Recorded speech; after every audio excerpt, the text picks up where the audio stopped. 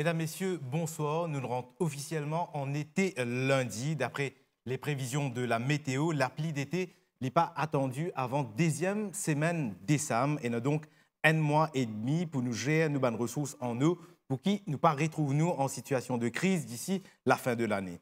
Qui la CWA peut faire pour assurer la distribution d'eau et qui plan the tenant pour les mois à venir?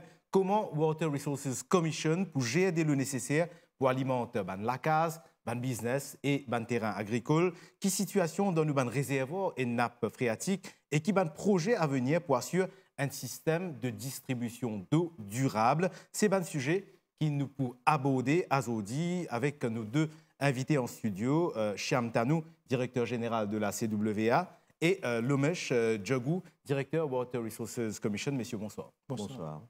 Alors, Shyam Tanou, après une riche carrière au CEB, plus de 39 ans de carrière, au fin de nommé directeur général de la CWA, il gagne 5 mois. Comment ça fait de passer ces 5 premiers mois-là? 5 premiers mois, ils passent parfaitement correct. Donc, c'est un changement de trajectoire de l'eau. L'électricité, c'est deux items totalement différents, essentiels pour la population. Donc, c'est un défi à relever. Et pendant les 5 mois, Mofin est entouré de personnel qualifié, compétent. Et donc, c'est avec eux l'appui que maintenant l'administration peut bouger et pour un changement qui peut venir pour le bien de la CWA aussi. Je ne pas empêcher de Djaou qui, quand même, là où on prend les rênes de la CWA, il y a quand même l'enquête de la FCC concernant l'ancien conseil d'administration et aussi une situation financière assez compliquée, n'est-ce pas? Bien sûr, bien sûr. Tout à fait. Mais l'enquête de la FCC, c'est important de mettre dans le contexte. C'est plus un travaux qu'il fait en 2023 et 2024. Donc, c'est spécifique dans un certain nombre d'années. Et il ne faut pas que l'enquête de la FCC vienne dire qu'il n'y a pas marche correcte au niveau de la CWA. D'accord. C'est une équipe, fait un travail d'équipe et nous peut bouger dans la bonne direction. Lomesh Djogou, ou directeur Water Resources Commission, à cette époque de l'année, tout le temps, enfin bien souvent, nous trouvons que des lots commencent à venir dans l'actualité parce qu'il nous approche de la saison, ce qu'on appelle la saison sèche à Maurice. Et là, octobre, qui fait que passer, c'était le mois le plus sec de l'année. Et réservoir, bonne situation, nappe phréatique aussi, nous avons envie de connaître quelle est la situation en ce moment. Et effectivement, on vient bien dire, comme nous déjà finirons dans une période sec, et le mois d'octobre, c'est le mois le plus sec. Et d'après une statistique qui nous fait gagner aujourd'hui même, et le mois d'octobre nous fait gagner la pluviométrie, il fait extrêmement déficitaire encore. Le mois le plus sec et en même temps là, extrêmement déficitaire, c'est-à-dire c'est à peu près à 48% de la moyenne qui nous a gagné. Ça lui explique un petit peu la tendance qui finit depuis le mois de septembre et ça lui explique aussi un petit peu une situation dans un certain réservoir. Bon nous fait un petit recul pour nous connaître que la pluviométrie est extrêmement déficitaire depuis l'année dernière jusqu'à cette année de mars. En janvier, du reste, il y a un problème, une crise de l'eau. Évidemment, jusqu'à janvier, jusqu'à mars, nous sommes vers une situation extrêmement critique. Mais la pluviométrie fin un peu décalée. Nous finissons trouver qu'il nous fin gagner la pluviométrie depuis le mois avril jusqu'à fin d'août. Et c'est ça qui fin aide à renflouer nos nappes phréatiques et nos réservoirs. Et justement, là, en ce moment, quelle est la situation dans nos réservoirs? La situation dans nos réservoirs, nous disons un chiffre. Nous avons à peu près à 74% le stock total dans nos réservoirs. Et il a noté qu'un réservoir comme un Nicolière, nous a seulement 39,5%. Ça, c'est un réservoir qui nous peut observer journalier et nous peut trouver comment cette progression peut aller. Et évidemment, il est lié avec le réservoir de Midlands. Midlands lié à 80%, mais capable, ça, il peut refléter un petit peu de la situation, un petit peu de sa distorsion qui nous est en termes de la pluviométrie, mais il aussi à noter que la quantité qui nous peut tirer depuis la Nicolière, il y a un volume extrêmement fort en termes d'usage domestique et agricole. Irrigation. Nous avons noté que le Nord, c'est une région la plus sec qu'il y a. Ça veut dire qu'il est important nous basculer de l'eau, mais il est aussi important qu'il quantité de l'eau nous peut tirer. Mais une bonne raison qui fait ça, la quantité, le niveau de la nicolière est à surveiller. C'est un niveau extrêmement bas pour la saison. Mais Jagou, donc 39% vient dire la nicolière et arrive à un certain niveau, notamment 15% d'un réservoir, n'est plus capable de tirer de l'eau. Comment c'est doublé pour faire à ce moment-là? Pour la nicolière, c'est environ 20%. Donc, en dessous de 20%, il devient extrêmement difficile. Donc, la situation, si la tendance se maintient, donc éventuellement, nous pouvons une situation très, très difficile dans le Nord. D'accord. Donc, 39% à 20%, nous avons une marge de manœuvre très minime. Et donc, à partir de là, nous commençons une campagne de sensibilisation pour assurer que l'eau se consomme correctement. Et justement, d'après Summer Outlook de la météo, qui est sorti lundi dernier, veut dire qu'il pouvait extrêmement chaud, qu'on a 2 à 3 degrés de plus dans les mois à venir, pour faire jusqu'à 36 degrés même dans l'ouest. Et l'appli, comme on vient de dire en début d'émission, pas attendu à Maurice, un gros l'appli d'été qui est capable de remplir peut-être les réservoirs et pas attendu avant deuxième semaine du mois de décembre. Donc, il ne peut paraître qu'il nous peut aller vers la direction d'une crise dans le Nord, notamment. Quelle est une solution à préconiser? La solution, c'est plus en termes de campagne, sensibilisation, éduquer la population, encore une fois, qui tu fait l'année dernière. Donc, besoin d'une consommation très raisonnable aussi. Donc, pas de gaspillage, pas d'arrosage excessif. Donc, c'est une culture dans lui-même que la population bien comprend que l'eau, c'est une commodité très rare. Donc, nous devons gérer convenablement. Si nous ne pas gérer, nous pouvons être dans une situation très, très difficile et chaotique aussi. D'accord. Ça, c'est au niveau de la demande. Mais au niveau de supply, de la distribution d'eau, au niveau de la CWS, est-ce qu'ils étaient un plan comme si pour la période sèche là? Éventuellement, nous avons un plan d'ailleurs en termes de ravitaillement.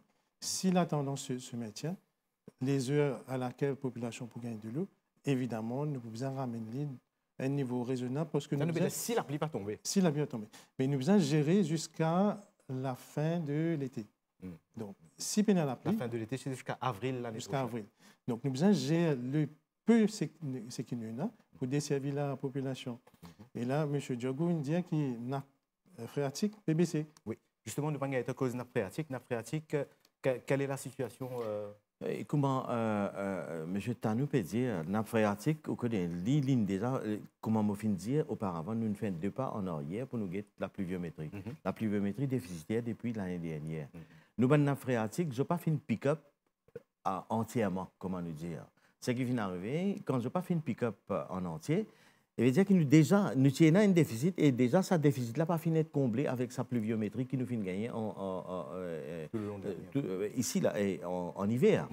Ça veut dire que nous pouvons commencer même déjà avec un déficit et nous finissons remarquer qu'il nous banne nappe phréatique, surtout dans le plateau central, en déclin. Tous nos bandes phréatiques, je t'en déclare. Combien de boreholes nous avons à Maurice? Nous avons à peu près plus que 630 boreholes. Et dans ces 630 là, si nous regardons, un tiers lié à la CWA et un tiers lié à pour agricole et l'autre tiers lié à industriel, etc., etc. Mais ça un tiers qui est pour la CWA, nous trouvons que la plupart de nos bandes phréatiques lient au service de nos besoins domestiques. C'est à cause de ça que vous trouvez à peu près 50% de nos besoins domestiques qui parviennent de nos bandes phréatiques. 30% depuis réservoir, 20% depuis ruisseau et la rivière. Ça veut dire, ça, lui montrer la criticalité, l'importance de nos bandes phréatiques qui nous finissent là.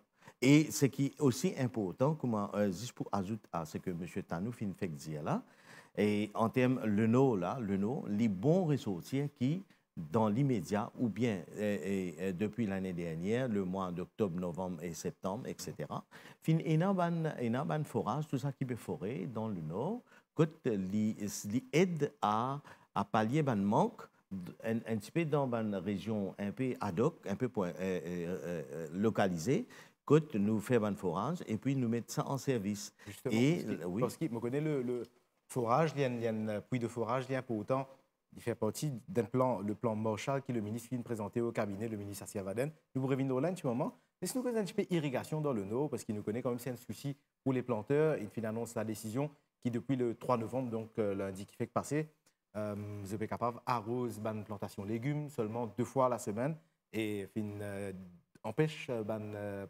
irrigation de plantation de carocan. C'est compliqué pour un planteur. Effectivement, c'est très très compliqué, nous comprenons ça très bien, mais nous devons guetter un petit peu la réalité comme elle était, et deuxièmement, nous devons prendre une décision, malgré les décisions difficiles, c'est une décision réfléchie seulement, mais nous bien comprendre, ce n'est pas guetter de cœur qui commence à nous prendre une décision pareille, mais nous devons comprendre qu'il y a une certaine priorité d'usage. Priorité d'usage, c'est la domestique, ça c'est le primo. Et deuxièmement, les vignes agricoles, touristes, etc., etc. Mais dans le contexte actuel, comme on nous fait dire, le niveau de la nicolière, il y a 39,5%. La tendance qui nous fait trouver, le volume qui peut tirer tous les jours pour besoins domestiques et irrigation, ce volume-là, nous pas capable de tenir. Ça réservoir là pas capable de tenir malgré nous bascule tout ça de là depuis Midlands. Ça veut dire nous avons dans la main gauche nous avons une certaine demande et dans la main droite une certaine quantité qui nous cause ça. Mais il y a une supply de ça nous pas capable de continuer tirer. Ça veut dire nous besoin d'un choix. Un choix à faire. Le choix c'est pour ça les directs qui nous besoin garder ça de là pour ben besoins domestiques. Évidemment, nous pouvons considérer, comment dire, nous ne pouvons pas dire qu'à cause de board, nous coupe l'irrigation complètement, mais nous coupe seulement l'arrosage pour ban canne à sucre, mais nous pouvons continuer à approvisionner le besoin pour ban vegetable, pour ban légumes. Culture vivrière. Oui, culture vivrière. Mais pour démontrer un petit peu l'ampleur de la situation, la nicolienne baisse par à peu près 60% de sa capacité pendant 2 mois. C'est bon, très bien. Oui, oui, pendant 2 mois, nicolienne baisse par 60%. Là, maintenant, on est dans une période plus sec encore. Plus sec encore. Donc, la situation est très, très alarmante dans le Nord. Ouais. Donc, comment M. Diogo dit, il fait dire, on a un choix à faire. On a l'irrigation et la population. Donc, les deux bisins accordent de violon. Finalement, quand arrive le moment pour prendre la décision, vous pensez que c'est la population qui pourrait peser lourd dans la balance. Et effectivement, nous avons fait là un plan Marshall pour le secteur de l'eau. C'est ce que le ministre Assia Vaden a annoncé. Quel est un petit peu de ce plan Marshall là? Une cause ban borehole. Combien de boreholes tu penses pour mettre? Bon, le nombre de boreholes dépend par rapport à l'investigation que la commission vous fait. Et le plan Marshall il repose sur 6 piliers. Où il y a, par exemple, désalination, où il y a une construction d'un petit dam, d'un petit réservoir, service de l'eau usée, surface water, la rivière et borehole. Donc tout ça, c'est un plan de l'ensemble qui bien bouge de l'avant, qui était dans la mesure du possible, qui nous est capable de faire. Et dans l'immédiat, dans sa plan Marshall-là, qui est capable de permettre nous soulager la population, soulager les planteurs? C'est une réponse qui réside dans ce que M. Tanouin dit et ce que vous pouvez dire. Le plan Marshall échelonne les temps. Ça veut dire qu'il y a quelque chose qui nous peut bien faire tout de suite. C'est ça qui nous peut faire actuellement. Et la CWA peut déjà faire un forage, si je ne me pas trompé, et il y a 5 forages qui peuvent déjà exécuter. Et nous, la commission, nous incessamment, nous pouvons lancer un appel d'offres pour faire au moins 7 à 8 forages qui à venir pour l'année financière. Là. Évidemment, nous avons un endroit stratégique. Mais stratégique, évidemment. Ça, c'est une concertation qui nous fait ça. Nous pas à le faire tout simplement au hasard comme ça. Quand le besoin se fait sentir, et nous besoin c'est à cause de ça qu'il nous a fait une investigation dans cette région-là. Et au total, nous planons pour fouiller 20 boreholes dans différentes régions de l'île. Et ça, nous finissons d'identifier et nous pouvons faire à l'étape. Ça, c'est l'immédiat.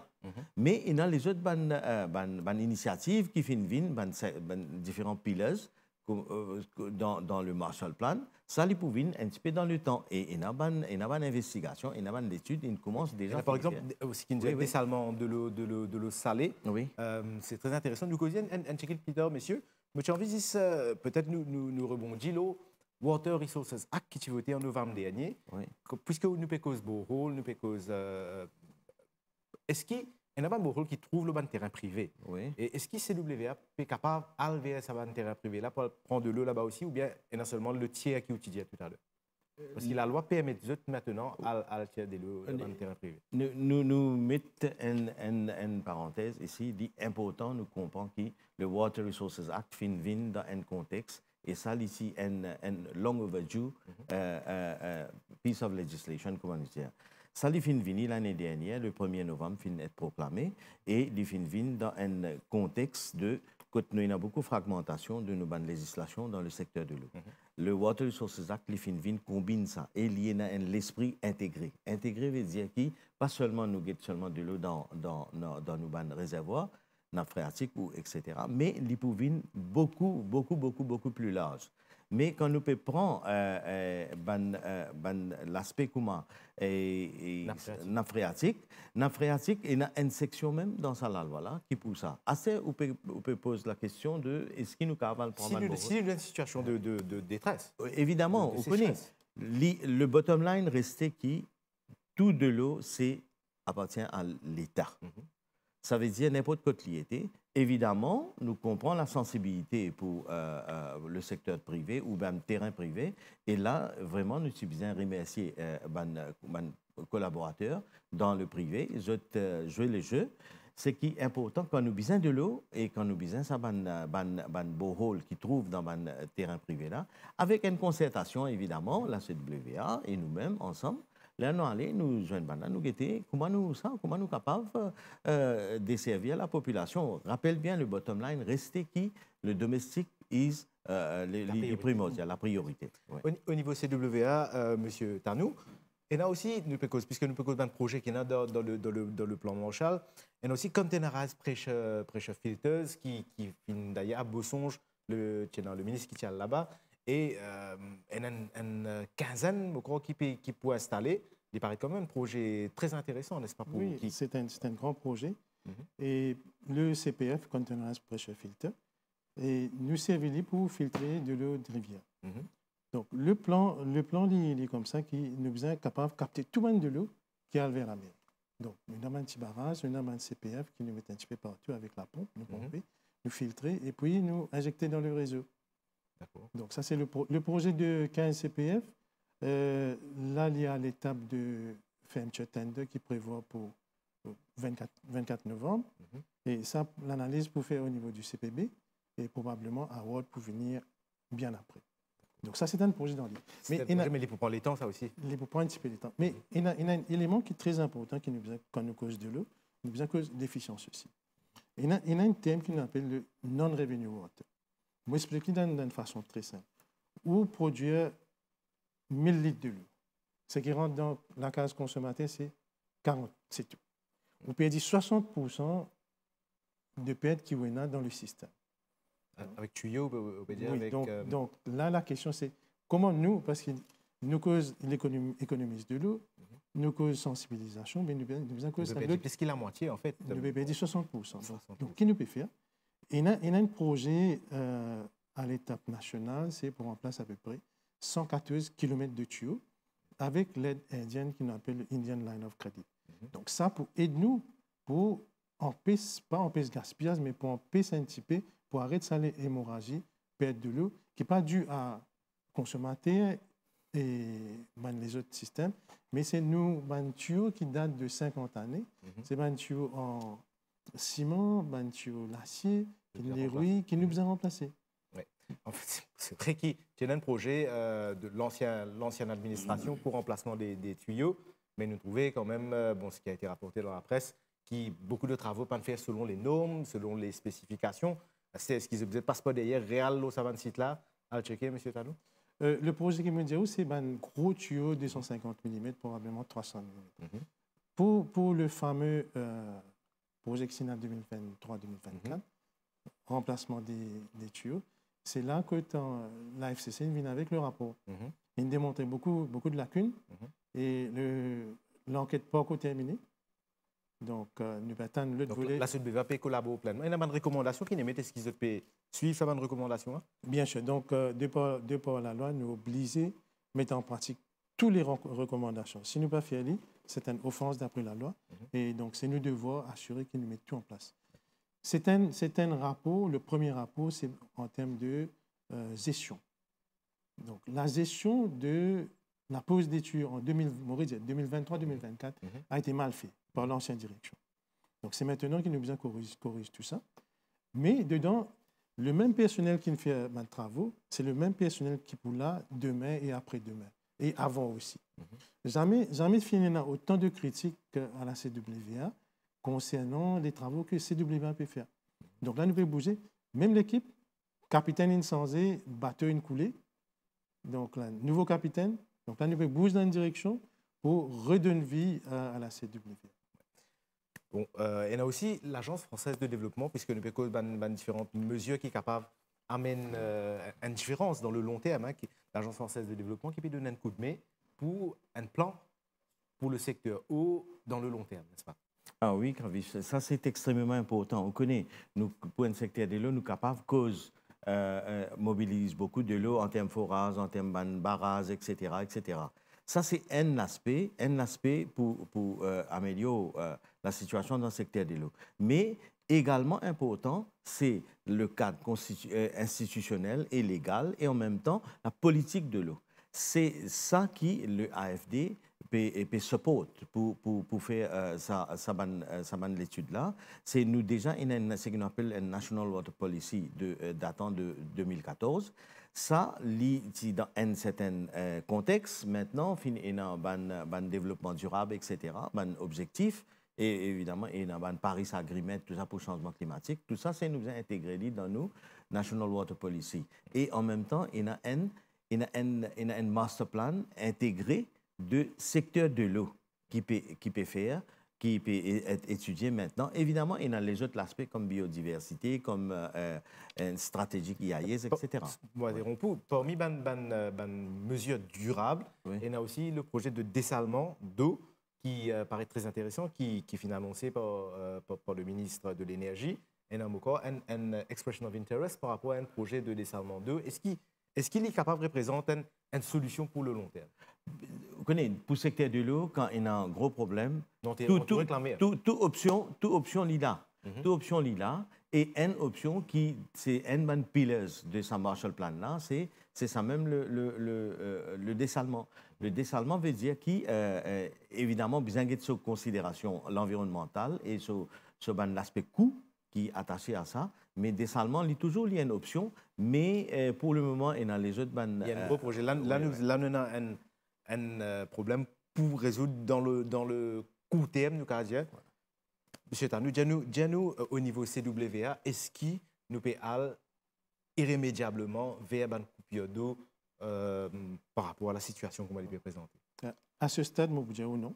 Nous pouvons suivre la situation, nous pouvons suivre un petit peu la tendance en termes de quantité d'eau qui nous a avec chiffre qui nous a avec la commission. Nous avons déjà fini de préparer un plan de une campagne de sensibilisation pour expliquer à la population qui besoin faire, qui pas besoin faire. Donc, le plan, nous pouvons déjà travailler là.